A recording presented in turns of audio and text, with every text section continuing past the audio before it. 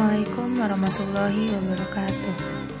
Kami dari kelompok 7, Sistem Komunikasi Indonesia akan mempresentasikan materi yang berjudul Karakteristik Sistem Komunikasi Indonesia.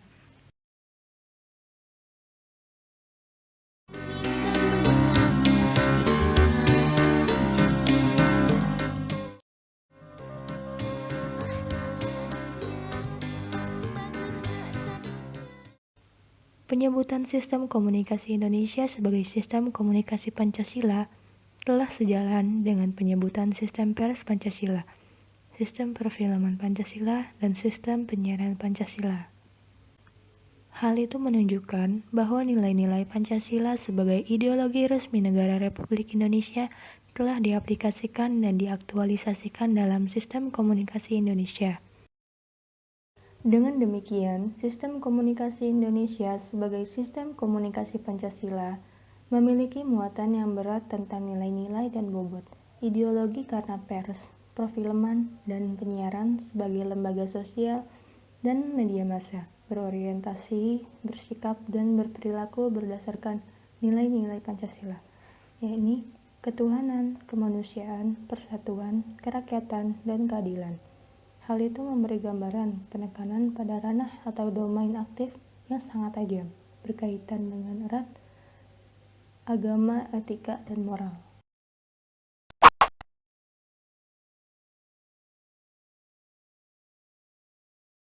Baiklah, saya, Tatu Sofia Maulida, akan mempresentasikan nilai-nilai ketuhanan Yang Maha Esa.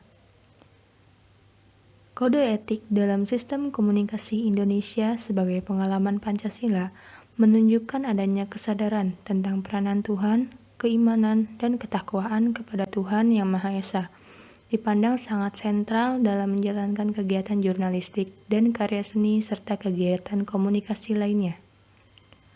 Pers, film, dan televisi Indonesia memang wajib memiliki kekuatan moral yang bersumber dari nilai-nilai agama, moral, dan etika bangsa sebagai aplikasi nilai-nilai ketuhanan Yang Maha Esa, sehingga eksistensi komunikasi Indonesia terutama dalam abad ke-21 itu bersifat fungsional dan bukan sekedar substansial.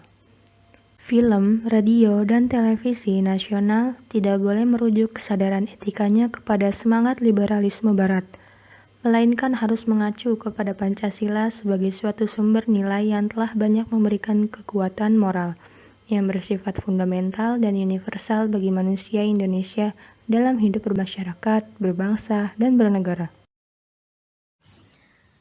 Nilai-nilai kemanusiaan dan persatuan Indonesia.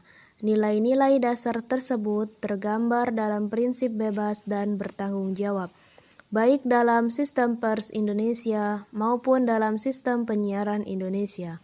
Dalam Undang-Undang Pers 1999 disebutkan bahwa kebebasan atau kemerdekaan pers dijamin sebagai hak asasi manusia.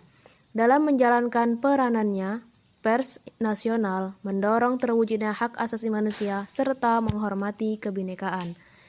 Sebaliknya, dalam Undang-Undang Pers 1966, 1982, dan 1999 tidak pernah termuat istilah persatuan Indonesia, persatuan bangsa, atau integrasi nasional. Namun, secara tersirat dapat dipahami bahwa upaya ke arah itu dapat disimak dalam Kode Etik Jurnalistik Persatuan Wartawan Indonesia yang menyebutkan bahwa wartawan Indonesia mengabdi kepada kepentingan bangsa dan negara.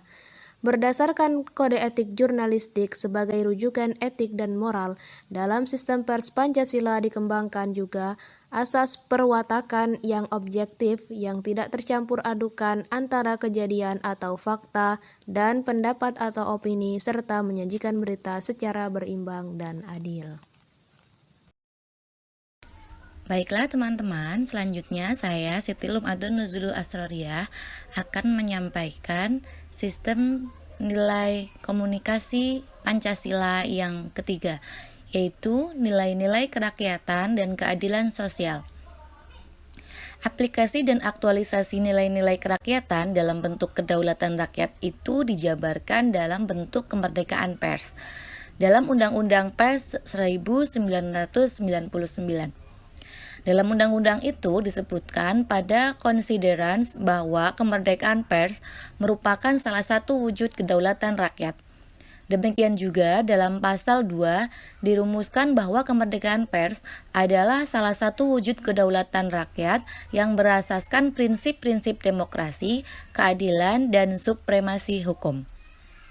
Dalam sistem penyiaran Indonesia, istilah kedaulatan rakyat ditemukan dalam penjelasan umum Undang-Undang Penyiaran 2002 yang berbunyi bahwa kemerdekaan menyatakan pendapat, menyampaikan dan memperoleh informasi bersumber dari kedaulatan rakyat dan merupakan hak asasi manusia.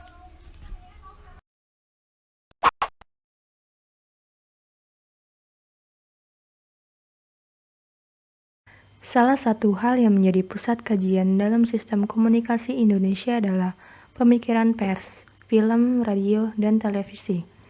Karena pemikiran pers, film, radio, dan televisi itu sangat berkaitan dengan konsep kebebasan pers sebagai bagian dari kebebasan berbicara dan kebebasan berekspresi yang tercakup dalam kebebasan informasi.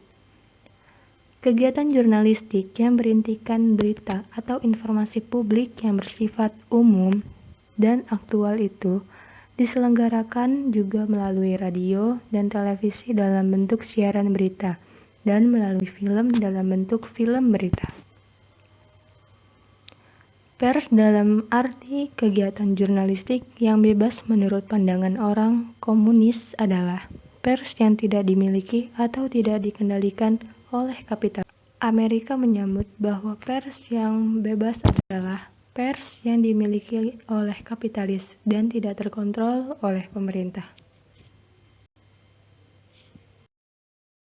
Perusahaan pres, idealisme, dan komersialisme.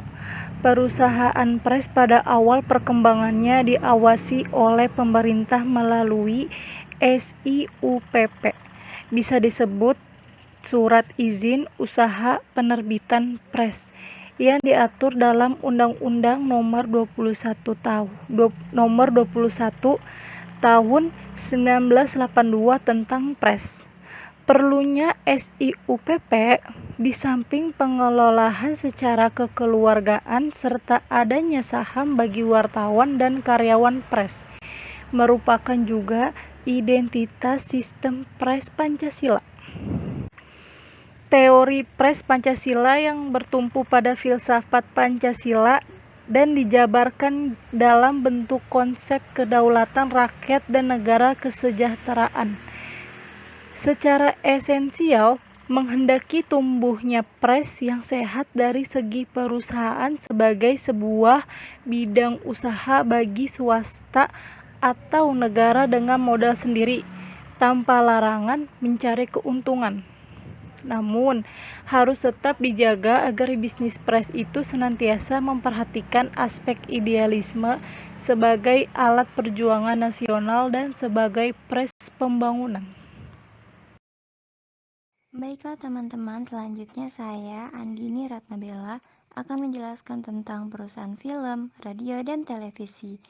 Dalam sistem perfilman Indonesia, sebagaimana yang diatur dalam Undang-Undang Perfilman tahun 2009, terdapat kegiatan perfilman yang bersifat non-komersial dan usaha perfilman yang bersifat komersil, meliputi pembuatan film, jasa teknik film, pengendara film, pertunjukan film, penjualan film, penyewaan film, pengarsipan film, ekspor film, dan impor film.